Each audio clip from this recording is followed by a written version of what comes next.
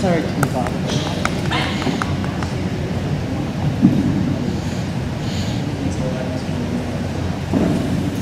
So first of all, I'd like to sincerely apologize for my outburst earlier. My name is Stephen Huyt, and I'm a 2016 graduate of Amherst High School. Now, just to start off with a little anecdote, when I was younger, I was, this fat little Asian kid growing up in a predominantly white and black community because I went to multiple schools, and I was bullied and teased and everything that you could possibly think of. But when I switched schools to Amherst, and I came to the Amherst School District, and it's been a trend like this for the last 8 years that I've been here, but there is a sense and a trend of respect, courtesy, and understanding from everyone in the school, regardless of teachers or students or anyone else. My senior year, I kind of represented a lot of people. I was the drum major for our marching band, I was the vice president for choir, I was the vice president for theater, and I was on Steel News Live. And Steel News Live's job was to cover the news and make sure everyone has a say and make sure that everyone knows what's going on. By working with so many people, I can assure you that there is this sense of respect and courtesy and understanding. And people understand that. They're nice to you, they're kind to you, no matter who you are, no matter where you go. Because high school is a place for you to discover yourself. In 4 years, you're meant to go from, oh, what am I packing for lunch tomorrow, to deciding the rest of your life. In 4 years, you have to discover who you are, what you want to do. Okay, so a career or anything else like that, your gender is one of those things that you need to discover for yourself and understand what feels right for you. And Amherst has been such a wonderful place for me, for so many other people going through adversity and difficulties, because people are there for you no matter what gender you are, no matter what sexuality you are, no matter what you get involved in or what you want to do or what you don't want to do. You have friends who will support you, and we will love you no matter what bathroom you go into.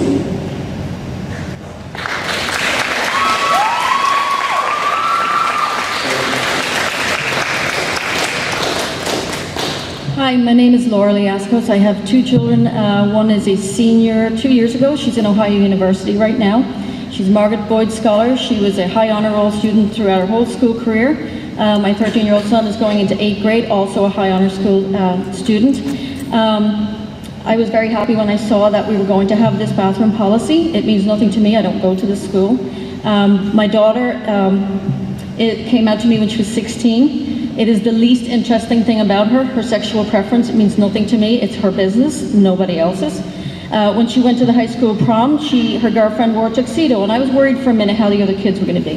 And you know what? They were great, because people are underestimating their own children. This is a progressive society. We're moving forward, and these children are living in a world that we did not live in, thank God, or we could still be segregated black and white in this room right now.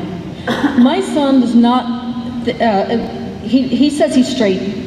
He's 13, who knows? Who knows where your 2-year-old's going to be? Who knows if your 2-year-old, your little girl, your little son hits you at 16 and says, guess what? I'm transgender, I'm gay. You don't know what's coming down the path for you as a community. And you need to prepare for everything. The majority is always well taken care of. It's these minority students who would not choose this life, let me tell you, as a parent, to put up with this crap, pardon my French, to put up with this every day. These small-minded people who think that these children are going to abuse each other in a toilet. I'm raising my son to be compassionate. If he comes home and tells me somebody looks different, I say, well, you know what, sit beside them at lunchtime and give them a break, because I'm sure their day is pretty hard. And he's 13 years old and he can handle that. And I'm very proud of him.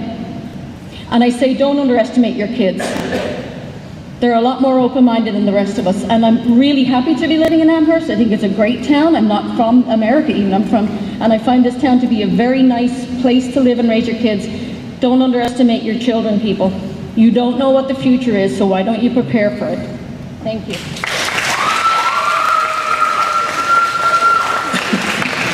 My name is John Eamon, and I'm a former student of the Amherst School District. And I would just like to start off by saying, I remember going to this very exact school in the 7th and 8th grade. And the bathrooms in the locker rooms are not at all private to begin with, regardless of who's using them. If you go into that locker room right now, there's no doors separating people. There's an open door and a shower. It's uncomfortable to begin with. And there seems to be this belief between a lot of people in this audience today that for whatever reason, a transgender person is going to assault your child or do something. And I would just like to say that it's always been almost incredibly, undeniably more likely that someone in your own family, a friend, is more likely to assault or sexually assault your child. Not some stranger on the street, certainly not someone in the overwhelming minority of the American populace. It's an absurd belief, if you ask me. I don't think it's very well nuanced. But on top of that, I don't necessarily believe that all these people don't have the best interests for their child's safety. I think they're fearful of these people. I don't think they're necessarily understanding of their situation. These people are violent people. Just like any group of people, there's a potential for someone to be antisocial and sociopathic, but it's never going to be the majority. Those people, regardless of their race, their gender, their religion, are always in the minority. And I think that we as a community shouldn't be just discriminating and singling anyone out. It's not right. These people, they deserve attention. And I remember just even the first couple people essentially paraphrased each other almost completely. And they brought up the argument that it's unfair for the 99% of the students and the people. I don't understand that. How that's unfair for the vast majority of them. They don't seem to be validating it or anything. They're just asserting it. I think that it's not really relevant to bring up the majority. It's more so we should be focusing almost entirely on the minority in the situation. We shouldn't be letting things like religion, political agenda, or personal biases judge that or cloud that judgment. I think that we should be accepting these people with open arms, opposed to pushing them away. And that's all I have to say.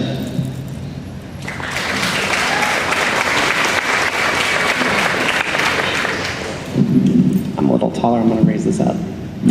Okay, my name is Harmony Moon. I'm a 2009 Steele alum, and I'm gonna do this so I can look at everybody. I'm not particularly happy to be here today. I've been sick for the last 2 days. I'm shaky and nervous, and my bones ache, and I'm not happy that I have to be here arguing this point today. Some of you who've seen the video that was the catalyst for this meeting might recognize me from it. I was gotten in contact with by the girls who put it together, and they wanted me to speak on the subject of being transgender. And I have been out for 7 years now, and in that time, I have used the restroom that I've wanted to use. And when people up here are looking at me, because I recognize I command a lot of attention, I'm very tall, I dress fairly loud, I'm trans, that makes me stick out like the sorest of thumbs. People are either going to see me as a woman, which is right, and therefore I should be able to use the women's restroom, or they will see me as a man in a skirt, which is wrong, and even if they see me that way, I've still been using the women's restroom for 7 years and never had an incident. I grew up in this town. I lived here until I was 20 years old, and I did not have a great time because I was a very, very, very different person. I'm still wildly different than most of the people who come here.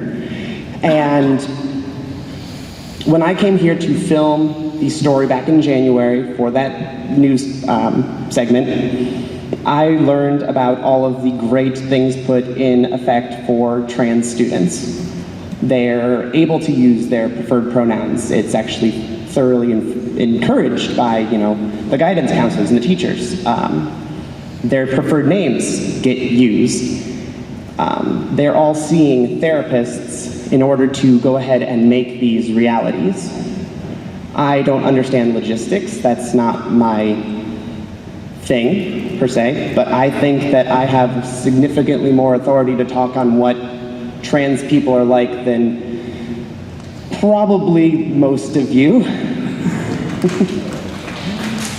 And I have to say that after learning about all of the programs put in place to benefit and help trans students, I was actually really, really impressed and proud of our school system for doing that, because that is the right decision. This isn't,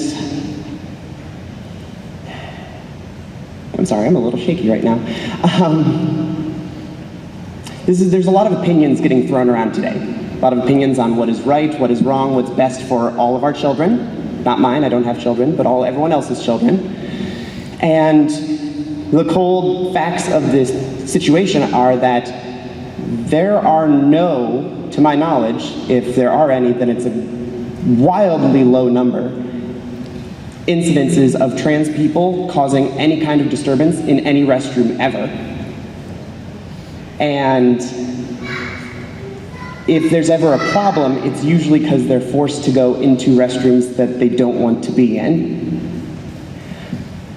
Whether you see me as a woman or a man in a skirt, hopefully a very nicely dressed one, I'm very sick, I apologize.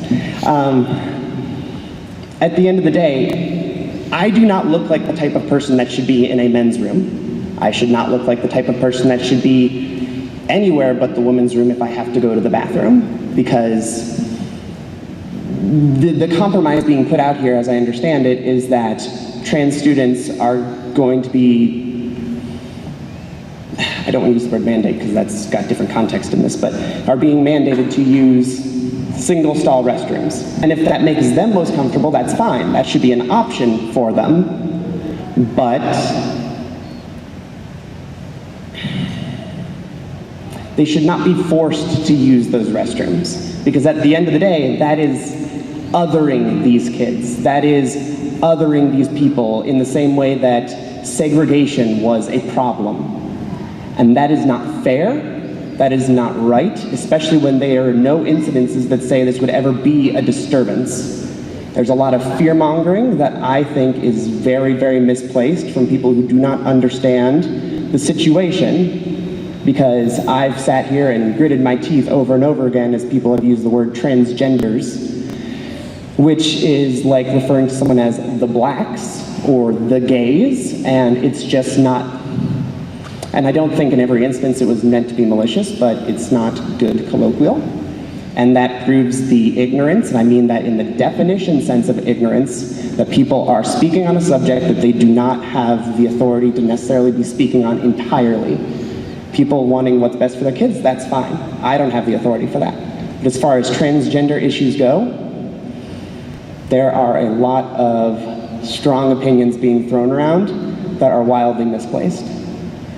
And I want to say thank you for letting me talk, because I drove 40 minutes away while sick in a car that doesn't have air conditioning on a day like today to speak here today.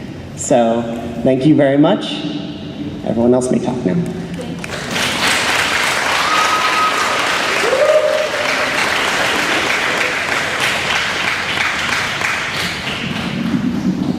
Hi. That was very loud. Okay. My name is Leo Williams.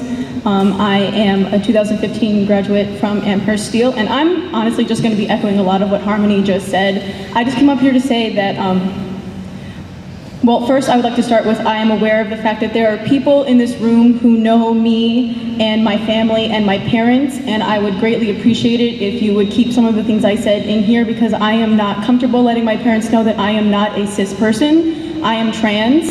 And I just wanted to say that a lot of the people speaking at this meeting are cis, which means not trans, for those of you who are unaware. And I know that everyone here is just trying to do their best to protect their children and do what's best for their children. And No one is meaning to be hurtful or offensive here, but a lot of people just simply don't know what they're talking about, and I think that before we make any decisions on this, everyone involved should definitely do some research on what it means to be trans, on all of these issues, like using transgenders as a word. Like, I know no one means to be mean with that, but like it's a very mean and bad thing to say. And understanding gender as a binary is also a huge issue that people need to be more educated on before they can come into a room like this and make decisions for people who, like, so as far as I know, I and Harmony are the only trans people who have spoken today, and I don't think it's really fair for a bunch of cis people to be making decisions about where I get to go pee when you don't know anything about me or my life or how I feel or the people like me. And that's all I want to say. Thank you.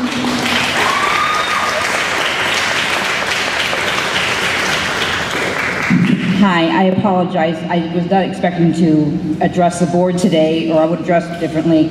My name is Kathy Dean Dealman. I am a Girl Scout leader. I am a board member for the Historical Society. My daughter is now entering the 5th grade here in the Amherst School District.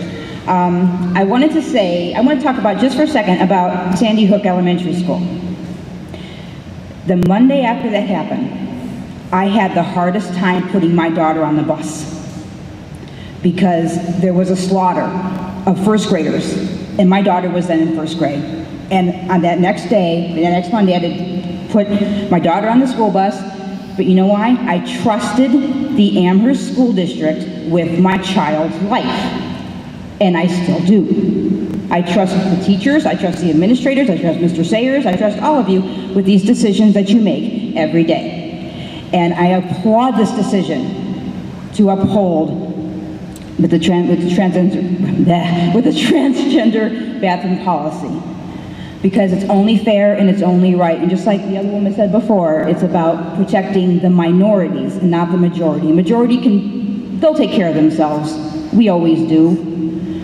And the idea about tender femininity kind of gave me pause, because that's where we still get 72 cents on the dollar for pay, and a woman becoming a president 240 years after the beginning of our country is a big deal when we're talking about tender femininity. So we don't need that tender femininity.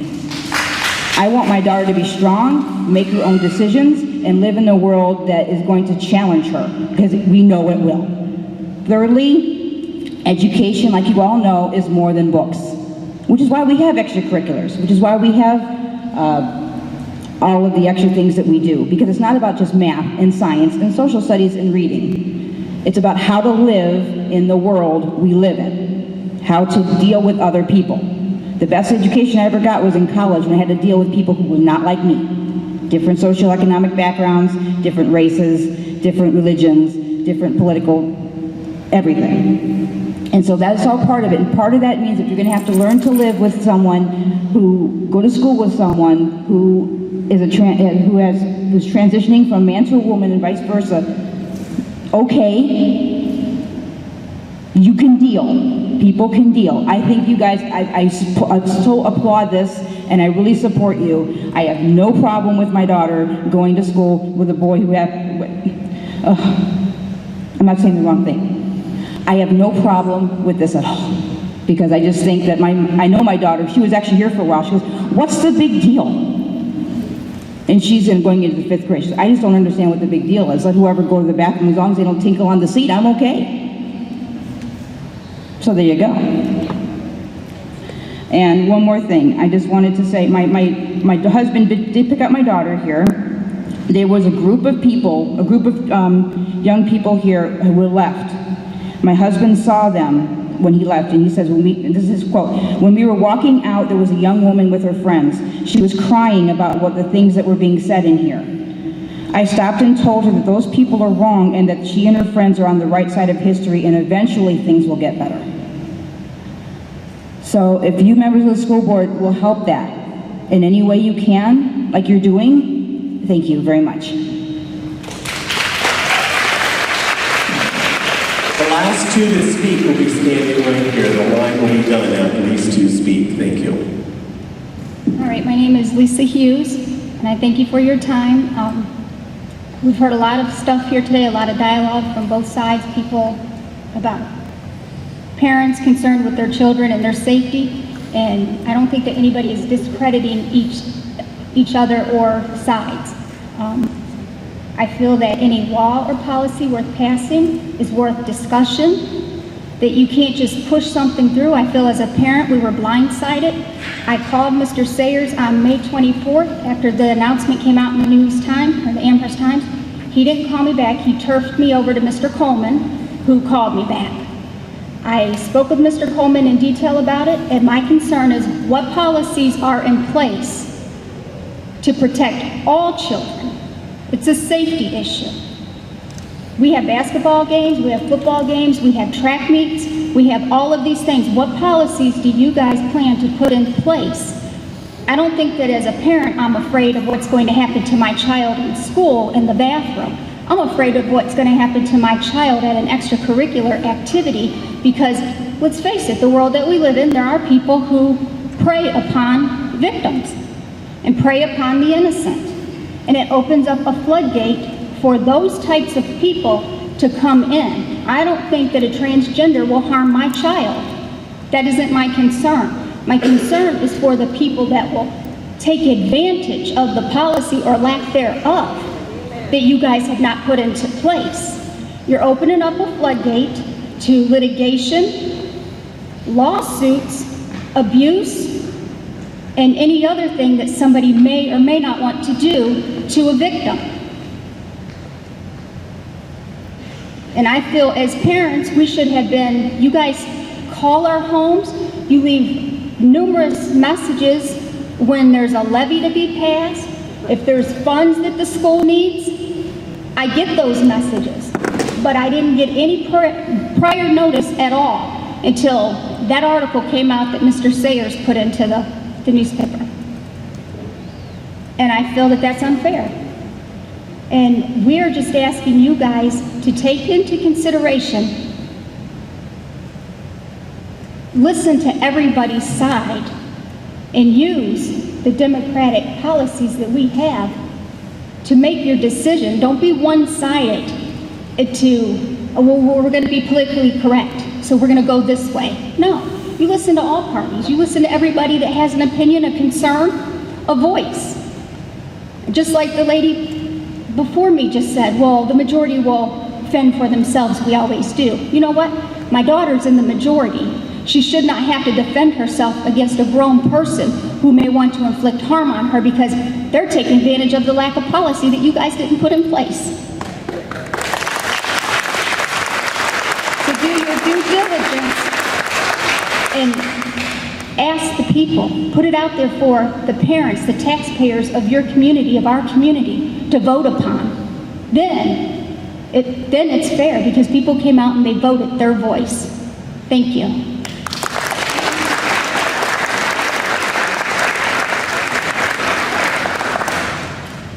My name is Jessica Songer, and I'm really not going to address what everybody else has addressed in here because you guys have heard it many times. I have 3 children that are in this school district. I had one that just graduated. I think Amherst Schools, the education here is fantastic. They have a lot of opportunity within the school system. But I also agree with her feeling that we were sucker punched as parents. I feel that we should have been able to have an open forum, not you only get to speak for 30 minutes and you're not going to ask us any questions. I don't think that that's fair. Side note for that, I completely understand that this is a very difficult decision for you to make, a very difficult decision. But as parents in this school district, we should have been included and you guys have opened up for us to be able to do that. I don't care whether somebody is straight, whether somebody is gay, whether somebody is transgender. I don't necessarily think that my children are going to be attacked in the bathrooms. What I am asking you to do is to allow private bathrooms, not to put transgender people in, but for those students that want to go to a separate bathroom, whether they feel comfortable going to a men's bathroom or a women's bathroom, or if they want to be private. Because I know that when my daughter came to me, she said that she would be uncomfortable. Now, you're absolutely right. A lot of us don't know about transgenders. We just don't. But that doesn't mean that we're hateful people. It doesn't mean that my daughter is not going to be accepting of your sons and daughters, whether they're transgender or whether they're gay, lesbians, queer. I don't even know what to say because nothing is politically correct anymore.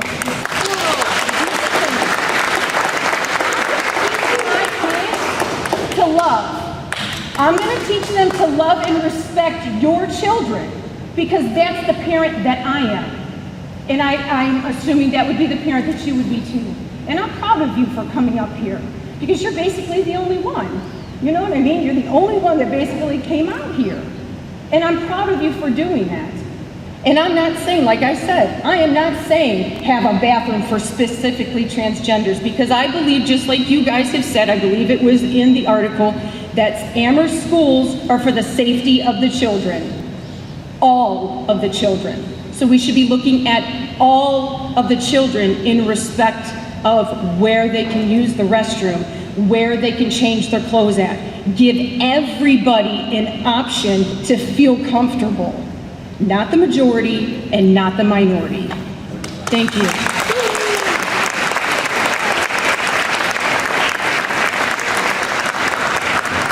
Thank you. Thank you to all of you. And I would just like to state that the Amherst Board of Education has not changed any policy that they had in place. The article that appeared in the News Times did not state that we had changed a policy, had any intentions of changing a policy. It was clearly stated that we would probably look at the policy or the mandate that had been come down to us. We have not changed any policy, and we don't intend to change any policy right now without having a board discussion about some of the things that we know has been on the people's minds.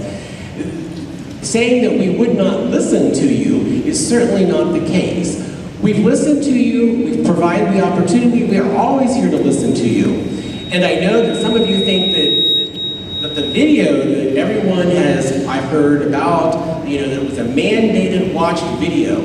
The school did not mandate that anyone watch the Steel News live production that was a student project that was put out there.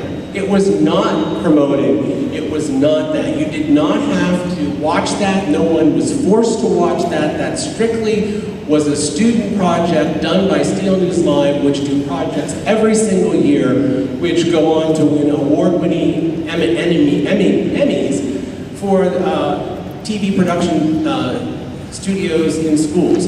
So I want you to understand that we did not force any child to watch anything on any type of sexual imposition or gay or lesbian or transgender. It was not done. Those things have been done every year, many times throughout part of the curriculum from the students, and you heard that from some of the students, previous students who spoke this evening.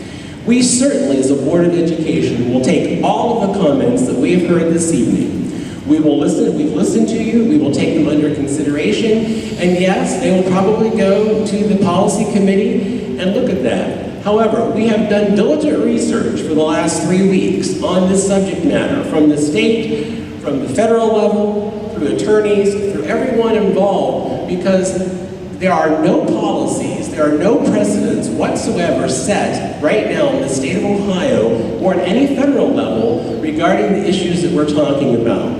We have contacted the school districts in the greater Lorain County, Cuyahoga County area, and there's only one school district that has a policy in place, and their policy states exactly what the Amherst School District does. We take every individual consideration one by one and deal with that student when it's brought to our attention, just like we do with every other issue that comes before us in regards to the things, whether it's special needs, whether it's special education, whether it's special diet, whatever comes to us, we take on a one-to-one individual basis and deal deals with that student to try to make that student feel comfortable and welcome to the Amherst school system, which I think you've heard tonight loud and clear, that I think that the Board of Education, along with the administration and the teachers, have done an excellent job of making our students feel comfortable in school and prepare them for society.